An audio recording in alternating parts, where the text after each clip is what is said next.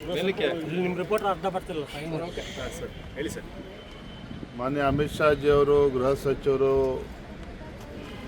2:45 ನನ್ನ ರಾತ್ರಿ ತಲುಪಿರ್ತಕ್ಕಂಥದ್ದು ಮೈಸೂರಿಗೆ. ಹಾಗಾಗಿ ಬೆಳಗ್ಗೆ ಕಾರ್ಯಕ್ರಮ ಕೊಂಚ ಬದಲಾವಣೆ ಆಗಿದೆ. ಇಲ್ಲಿಂದ ನೇರವಾಗಿ ಸುತ್ತೂರಿಗೆ ಭೇಟಿಯನ್ನು ಕೊಟ್ಟು ಅಲ್ಲಿ ಜಾತ್ರಾ ಕಾರ್ಯಕ್ರಮದಲ್ಲಿ ಭಾಗವಹಿಸಿ ತದನಂತರ ಚಾಮುಂಡಿ ಬೆಟ್ಟಕ್ಕೆ ತೆರಳ್ತಾ ಇದ್ದಾರೆ, ತಾಯಿಯ ದರ್ಶನ ಪಡೆದುಕೊಳ್ತಾ ಇದ್ದಾರೆ. ಅದಾದ ನಂತರ ಮಧ್ಯಾಹ್ನ ಇಲ್ಲಿ ನಮ್ಮ ಕೋರ್ ಕಮಿಟಿ ಮೀಟಿಂಗ್ ಕೂಡ ಇರ್ತದೆ. ಅದಾದಮೇಲೆ ನಮ್ಮ ಮೈಸೂರು ಕ್ಲಸ್ಟರ್ನ 4 ಲೋಕಸಭಾ ಕ್ಷೇತ್ರದ ಪ್ರಮುಖರ ಸಭೆಯೂ ಕೂಡ ಇಲ್ಲೇ ರಾಡಿಸನ್ ಹೋಟ್ಲಲ್ಲಿ ಇಲ್ಲೇ ಆಯೋಜನೆ ಮಾಡಲಾಗಿದೆ.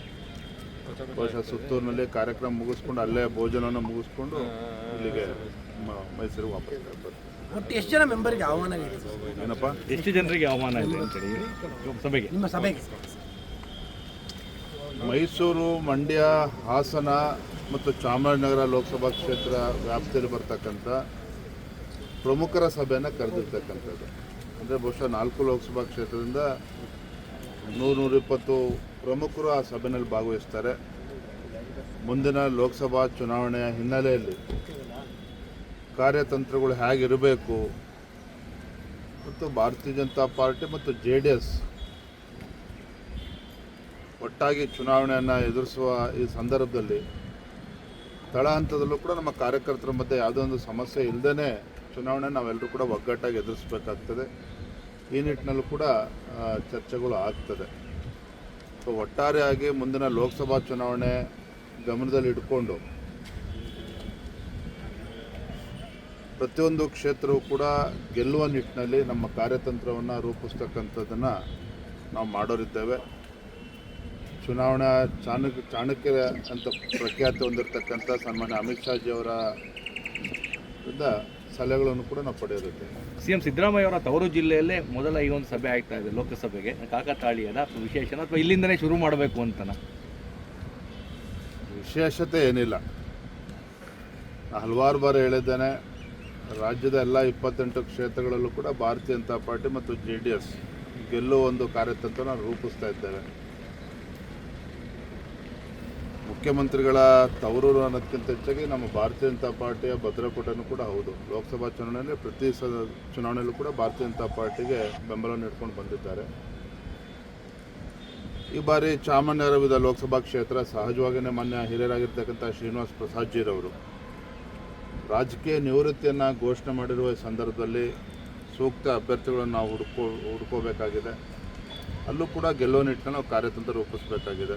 ಮಂಡ್ಯದಲ್ಲಿ ಬದಲಾದಂಥ ವಾತಾವರಣ, ಬಹುಶಃ JDS ಪಕ್ಷದವರು ಆ ಸ್ಥಾನವನ್ನು ಅವ್ರಿಗೆ ಬಿಟ್ಕೊಡ್ಬೇಕು ಅನ್ನುವ ಚರ್ಚೆಗಳು ನಾವು ಕೂಡ TVಗಳಲ್ಲಿ ನೋಡ್ತಾ ಇದ್ವಿ, ದೃಶ್ಯಮಾಧ್ಯಮಗಳು. ಅಧಿಕೃತವಾಗಿ ನಾವು ಕೂಡ ವಿಚಾರ ಚರ್ಚೆ ಆಗಿಲ್ಲ. ಹಾಗಾಗಿ ಎಲ್ಲ ವಿಚಾರಗಳು ಕೂಡ ಸಮಗ್ರವಾಗಿ ಇಂದಿನ ಕೋರ್ ಕಮಿಟಿ ಮತ್ತು ಎಲ್ಲ ಪ್ರಮುಖರ ಸಭೆಯಲ್ಲಿ ಕ್ಲಸ್ಟರ್ ಮೀಟಿಂಗಲ್ಲಿ ಎಲ್ಲವೂ ಕೂಡ ಚರ್ಚೆ ಆಗ್ತದೆ. ಮೈಸೂರು ವಿಭಾಗಕ್ಕೆ ಬಂದರೆ 4 ಕ್ಷೇತ್ರ ತಾವೇನು ಹೇಳ್ತಾರೆ, ಒಬ್ಬರೇ BJP ಶಾಸಕರು ಅಂತ ಎಷ್ಟು ಸವಾಲಾಗಿದೆ ಕಳೆದ ಚುನಾವಣೆಗೂ ಈ ಚುನಾವಣೆಗೂ ಬದಲಾವಣೆಗಳಿಗೆ ಅಮಿತ್ ಶಾ ಅವ್ರ ಭೇಟಿ ಎಷ್ಟು ಮಹತ್ವವನ್ನು ಪಡ್ಕೊಳ್ತಾರೆ ತಮಗೆ ಅಂತ? ಲೋಕಸಭಾ ಚುನಾವಣೆ ಅಂದ ತಕ್ಷಣ ಇದು ವಿಭಿನ್ನವಾಗಿ ನಡೀತಕ್ಕಂಥದ್ದು. ಮತದಾರರ ಮುಂದೆ ದೇಶದ ಪ್ರಚಲಿತ ವಿಚಾರಗಳು ಅವ್ರ ಕಣ್ಮುಂದೆ ಇರ್ತದೆ. ಅಯೋಧ್ಯೆ ರಾಮ ಮಂದಿರ ಇರ್ಬೋದು, ನರೇಂದ್ರ ಮೋದಿಜಿಯವರ ಜನಪರ ಕಾರ್ಯಕ್ರಮಗಳು, ಯೋಜನೆಗಳು ಇವೆಲ್ಲೂ ಕೂಡ ಸಾಕಷ್ಟು ಪ್ರಭಾವ ಬೀರುವ ಈ ಸಂದರ್ಭದಲ್ಲಿ ಸಹಜವಾಗಿಯೇ ಲೋಕಸಭೆ ಅಂತ ಹೇಳಿದ್ರೆ ನ್ಯಾಷನಲ್ ನರೇಟಿವ್ ಇರ್ತದೆ. ಯಾವುದೇ ಒಂದು ಸ್ಥಳೀಯ ವಿಚಾರಗಳನ್ನು ಇಲ್ಲದೇ ರಾಷ್ಟ್ರದ ಹಿತದೃಷ್ಟಿಯಿಂದ ರಾಷ್ಟ್ರೀಯ ವಿಚಾರಗಳು ಸಹಜವಾಗಿಯೇ ಮತದಾರ ಮುಂದೆ ತೆಗೆದುಕೊಂಡು ಹೋಗ್ತಕ್ಕಂಥದ್ದು. ಅದಕ್ಕೊಂದು ಸವಾಲಾದರೂ ಸಹ ಈ ಸವಾಲನ್ನು ಯಶಸ್ವಿಯಾಗಿ ನಿಭಾಯಿಸ್ತೇವೆ ಅನ್ನುವ ವಿಶ್ವಾಸ ನಮ್ಮ ಕಾರ್ಯಕರ್ತರಲ್ಲಿದೆ, ಪಕ್ಷದ ಮುಖಂಡರಲ್ಲೂ ಕೂಡ ಇದೆ. ಕಳೆದ ವಿಧಾನಸಭಾ ಚುನಾವಣೆಯಲ್ಲಿ ಏನೇ ಹಿನ್ನಡೆ ಆದರೂ ಅದೆಲ್ಲ ಕಹಿ ಘಟನೆಗಳನ್ನು, ಕಹಿ ನೆನಪುಗಳನ್ನು ಮರೆತು ನವ ಉತ್ಸಾಹದೊಂದಿಗೆ ನಮ್ಮ ಕಾರ್ಯಕರ್ತರು ಲೋಕಸಭಾ ಚುನಾವಣೆಯಲ್ಲಿ ಇವತ್ತು ತಯಾರಾಗಿದ್ದಾರೆ. ಮತದಾರರು ಕೂಡ ಅದೇ ಉತ್ಸಾಹವನ್ನು ತೋರ್ತಾ ಇದ್ದಾರೆ. ಅದು ನಿಜವಾಗ್ಲೂ ಕೂಡ ನಮಗೆ ಒಂದು ಪೂರಕವಾಗಿರ್ತಕ್ಕಂಥ ಬೆಳವಣಿಗೆ ಅಂತಲೇ ಹೇಳ್ಬೋದು. ಸುಮಲತಾ ಮಂಡ್ಯ ಟಿಕೆಟ್ ಬೇಕು ಅಂತ ಪಟ್ಟಿಡ್ತಿದ್ದಾರೆ, ಅದೇನಾದರೂ ರೀತಿಯಂತ ಆ ವಿಚಾರ ಎಲ್ಲವೂ ಕೂಡ ದೆಹಲಿಯಲ್ಲಿ ಚರ್ಚೆ ನಡೀತಾ ಇದೆ. ಸೊ ಮಾನ್ಯ ರಾಷ್ಟ್ರೀಯ ಅಧ್ಯಕ್ಷರ ಮನಸ್ಸಿನಲ್ಲಿ ಏನಿದೆ, ಏನು ವಿಚಾರಗಳು ಚರ್ಚೆ ಇದೆ ಅದು ಕೂಡ ನಮಗೆ ಮಾಹಿತಿ ಇಲ್ಲ. ಬಂದಂತ ಚರ್ಚೆ ಮಾಡ್ತೀವಿ. ಸರ್, ಇವತ್ತು ಸಹ ಮೈಸೂರು ಕಾಂಗ್ರೆಸ್ ಅವರು ನನ್ನ ತೆರಿಗೆ ನನ್ನ ಹಕ್ಕು ಪ್ರತಿಭಟನೆ ಅಭಿಯಾನವನ್ನು ಮಾಡ್ತಾ ಇದ್ದಾರೆ. ಅಮಿತ್ ಶಾ ಅವರ ಆಗಮನಕ್ಕೆ ವಿರೋಧವನ್ನು ವ್ಯಕ್ತಪಡಿಸಿ ಒಂದು ಅಭಿಯಾನ ನಡೀತಾರೆ. ನನ್ನ ತೆರಿಗೆ ನನ್ನ ಹಕ್ಕು ಅಲ್ಲ, ತಮ್ಮ ವೈಫಲ್ಯಗಳನ್ನು ಮುಚ್ಚೆ ಹಾಕಿಕೊಳ್ತಕ್ಕಂಥ ಒಂದು ಪ್ರಯತ್ನವನ್ನು ರಾಜ್ಯದ ಕಾಂಗ್ರೆಸ್ ಪಕ್ಷ ಮತ್ತು ಕಾಂಗ್ರೆಸ್ ಸರ್ಕಾರ ಮಾಡ್ತಾ ಇದೆ. ಭಾರತೀಯ ಜನತಾ ಪಾರ್ಟಿ ಹಲವಾರು ಬಾರಿ ಪ್ರಶ್ನೆಯನ್ನು ನಾವು ಎತ್ತಿದ್ದೇವೆ. ಮಾನ್ಯ ಮುಖ್ಯಮಂತ್ರಿಗಳಿಗೆ, ಮಾನ್ಯ ಉಪಮುಖ್ಯಮಂತ್ರಿಗಳಿಗೆ, ಸಚಿವರುಗಳು ನಾವು ಕೇಳ್ತಾ ಇದ್ದೇವೆ, ನಿಮ್ಮ ಸರ್ಕಾರ ಬಂದು 8 ತಿಂಗಳಲ್ಲಿ ಯಾವುದಾದ್ರು ಒಂದು ರಾಜ್ಯದ ಅಭಿವೃದ್ಧಿಯ ದೃಷ್ಟಿಯಿಂದ ಕೈಗೆತ್ಕೊಂಡಿರ್ತಕ್ಕಂಥ ಅಥವಾ ಘೋಷಣೆ ಮಾಡಿರ್ತಕ್ಕಂಥ ಒಂದು ಯೋಜನೆಯನ್ನು ನೀವು ತಿಳಿಸಿ ಅನ್ನೋ ಮಾತನ್ನು ಪ್ರಶ್ನೆಯನ್ನು ಮಾಡ್ತಾ ಇದ್ದೇವೆ. ಇಲ್ಲಿವರೆಗೂ ಆ ಪ್ರಶ್ನೆಗೆ ಉತ್ತರವನ್ನು ಸಿಕ್ಕಿಲ್ಲ. ಅರ್ಥಾತ್ ಈ ಸರ್ಕಾರ ಬಂದು 8-9 ತಿಂಗಳಲ್ಲಿ ಯಾವುದೇ ಒಂದು ಯೋಜನೆಯನ್ನು ಘೋಷಣೆ ಮಾಡದೇನೆ, ಅಭಿವೃದ್ಧಿ ಕೆಲಸಗಳನ್ನು ಕೈಗೆತ್ತಿಕೊಳ್ಳದೇನೆ ಒಂದು ಅಭಿವೃದ್ಧಿ ಶೂನ್ಯ ಸರ್ಕಾರವನ್ನು ಮೊದಲ ಬಾರಿಗೆ ರಾಜ್ಯದ ರಾಜಕೀಯ ಇತಿಹಾಸದಲ್ಲಿ ನಾವು ನೋಡ್ತಾ ಇದ್ದೇವೆ.